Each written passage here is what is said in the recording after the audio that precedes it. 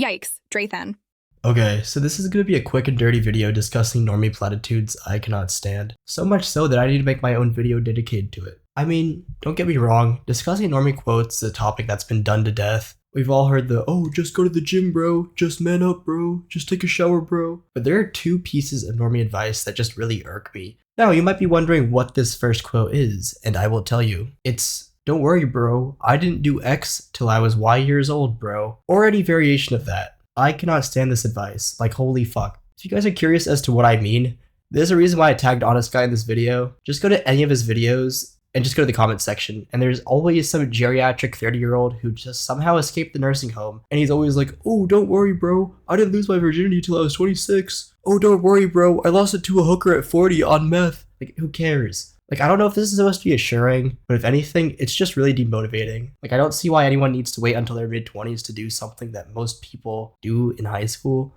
Like, I lost my virginity when I was nearly 19, and even then I felt like I was somewhat behind. I mean, don't get me wrong, I still think it's infinitely better to lose it at 19 than like at the age of 40 on meth. I also get that when you're older, it's far easier to look back on things with less stress. Hell, there were things that I would get pressed for as a kid that I don't give a shit about at the age of 20. Like, I used to be super obsessed with getting in the last word as a kid and when I'd argue with people, but now it just feels like a chore. If they want to yap at me, I'll just be like, whatever, and leave. But when it comes to like social milestones and stuff, it's not really the same if you get those over with in your late 20s and early 30s. I'm not gonna sit here and tell Honest Guy to give up. I mean, he still has his adult years to try. And like I said, I don't believe in giving up, but I don't get why there's so many people gaslighting younger guys into thinking it's some relief to wait years on end just to get basic milestones out of the way. I don't see why I have to wait years to get a girlfriend when all these people are just doing these things normally in their formative years. And for all those geriatric 30-year-olds who are like, oh bro, I got my first girlfriend at 29, bro, who are constantly gaslighting Honest Guy. Like, why would somebody want to wait that long? And I know the socially acceptable answer is, oh, it doesn't really matter when you get a girlfriend, but it kind of does. For instance, let me give you two options. Would you rather A,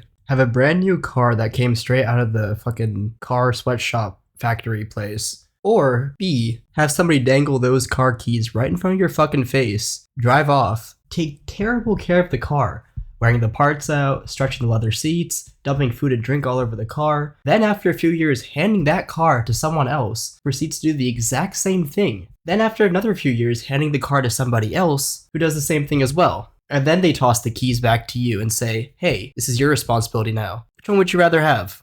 I'm gonna let you in on a little secret. This isn't about cars. And the second Normie platitude I want to discuss is the whole just move on bro that you hear people say when you get rejected by a girl. This one is somewhat more forgivable in my eyes, as I agree that obsessing over one-itis for a long period of time is a recipe for disaster. But to illustrate why I hate this Normie quote so much, I need to tell you guys a story. This story begins in my college library. My very sane and normal buddy Drew was stuck on a Zoom meeting for student government, which he's a part of. But all I could think of was this girl named Scarlet. You know Scarlet from Senate? Yeah, what about her?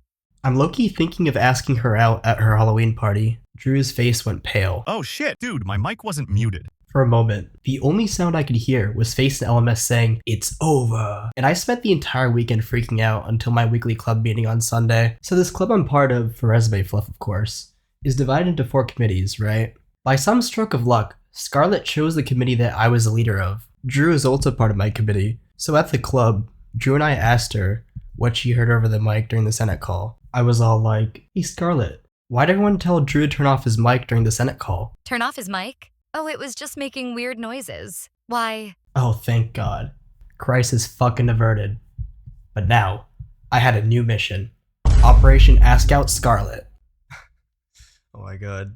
I'm editing this right now, and this is so fucking cringe. What the fuck was I on when I made this script? So, I decided to ask out Scarlet earlier than the day of her party.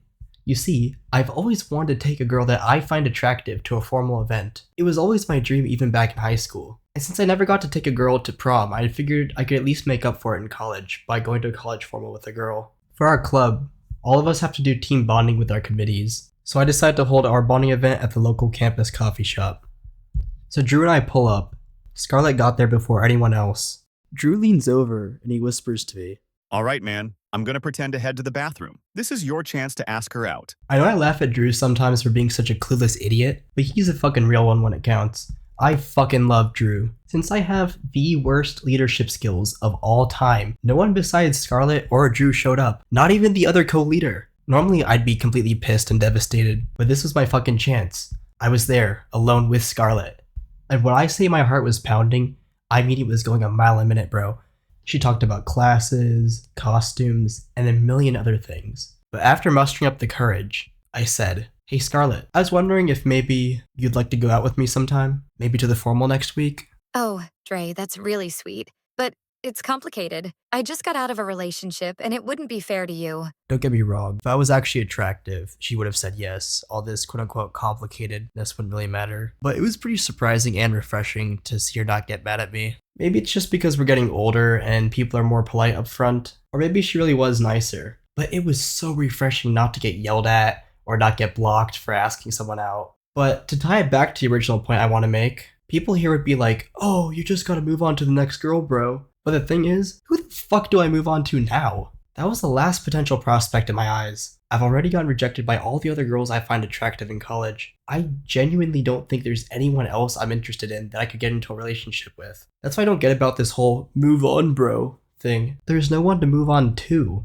I remember in my freshman year of high school, I thought this was kind of legit, this whole "move on, bro" advice. Because when I moved on from my first crush, Penelope, I was thinking in my head that the next girl I would ask out would definitely date me. After all, I still had a bit of hope left in me. But by the end of high school, I ran out of girls I was interested in, just like I am right now in college. Things just aren't in my favor. In college, I had a small revival of hope, thinking that maybe I could reinvent myself and get a girlfriend that way. But by my second year, I realized that after many rejections, I was still fucked. And now I'm in my third year, completely exhausted and completely clueless on where to go. So, to all the people who are just like, "Oh bro, move on bro," I ask you this. Move on to who? Move on to who? There's no one left to ask. It takes time to get to know a girl, plan an approach, and do all that stuff. And I'm really just out of people to ask. And that kind of scares me. I know as soon as college is over, it's going to be damn near impossible to have a chance to ask out girls on the daily. I don't want to be that guy asking out girls in med school while also trying to juggle the most difficult classes known to man. That just doesn't seem feasible, and at that point, most girls are already in relationships.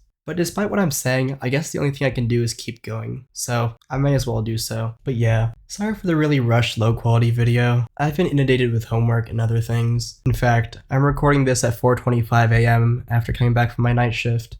But I just really wanted to get another video out this week. I promise that there are much better videos coming in the future. I promise I'll definitely go back to editing and mixing better than this. But yeah, I'll catch you guys in the next one.